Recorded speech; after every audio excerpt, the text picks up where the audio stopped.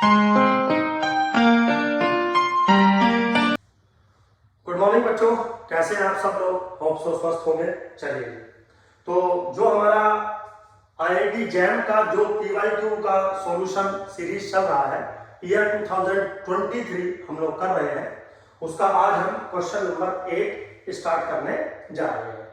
Simple है मेरे बच्चों क्वेश्चन, बस आपको एक छोटी सी ट्रिक के बारे में जानकारी होनी चाहिए। जैसा कि मैं अपनी वीडियोस में कहता रहता हूँ, सबसे पहले आप स्टैटिस्टिक्स को अच्छे से पढ़िए, समझिए, उसके बाद आप क्वेश्चन डील करिए। जब तक स्टैटिस्टिक्स आपके दिमाग में नहीं जाएगा तब तक काम नहीं चलने वाला है। ठीक, चलिए क्या तो क्वेश्चन क्या कह रहा है? Let E1, E2, E3 be 3 events.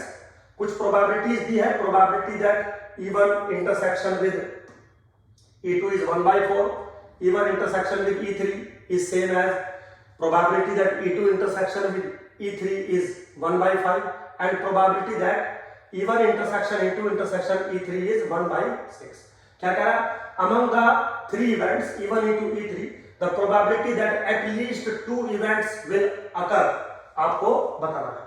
ठीक, तो वो कह रहा है कि कम से कम 2 इवेंट अकर होने चाहिए। The probability that at least 2 event will occur, ये आपको बताना है।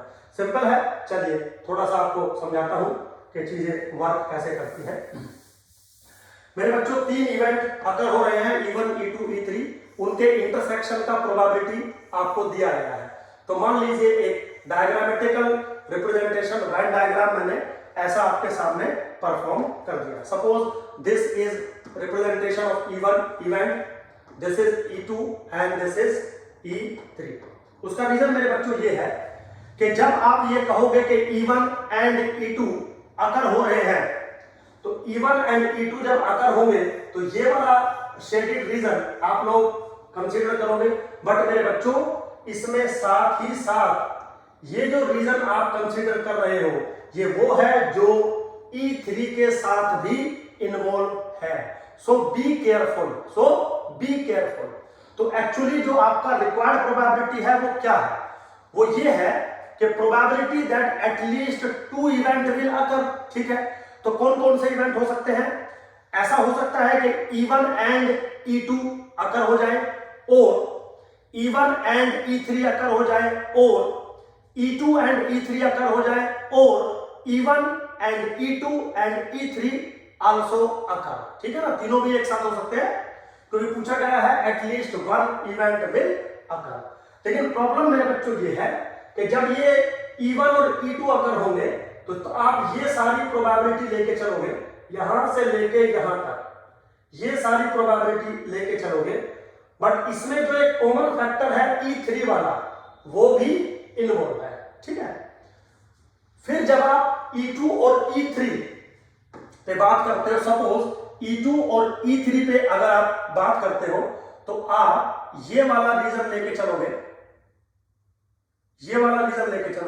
इसमें फिर से ये कॉमन रीजन इन्वॉल्व है जिसमें E1 भी इन्वॉल्व है।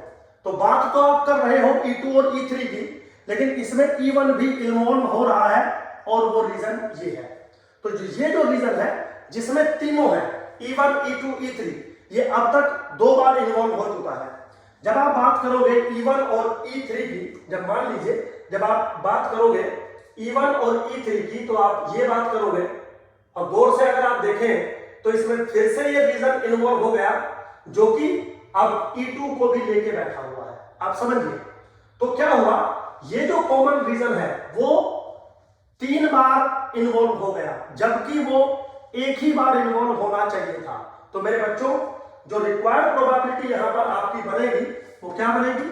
Probability that E1 intersection with E2 plus probability that E1 intersection with E3 plus probability that E2 intersection with E1 minus के 2 times probability that E1 intersection E2 intersection with E3। अब किसी बच्चे के दिमाग में जाएगा, Sudhir sir minus के 2 times आपने क्यों किया? क्योंकि क्वेश्चन पूछा गया था probability that exactly 2 events will occur. तो E1 E2 हो सकता है, E2 E3 हो सकता है, E1 E3 हो सकता है, और E1 E2 E3 तीनों भी हो सकते हैं। लेकिन जब आप E1 E2 निकाल रहे हैं तब भी ये इन्वॉल्व है, E2 E3 निकाल रहे हैं तब भी ये इन्वॉल्व है, E1 E3 निकाल रहे हैं तब भी ये इन्वॉल्व है।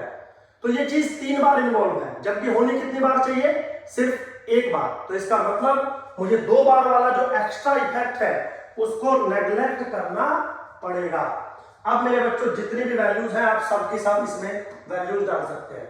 E1 intersection into 1/4 plus 1/5 plus 1/5 minus के 2 टाइम्स 1/6। ठीक है, बिल्कुल सिंपल है क्योंकि ये सारी इंफॉर्मेशन मुझे दी गई है।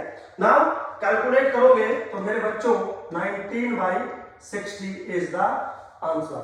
19/60 इज द आंसर, मतलब जो ऑप्शन नंबर आपका सी है, C option number is correct option.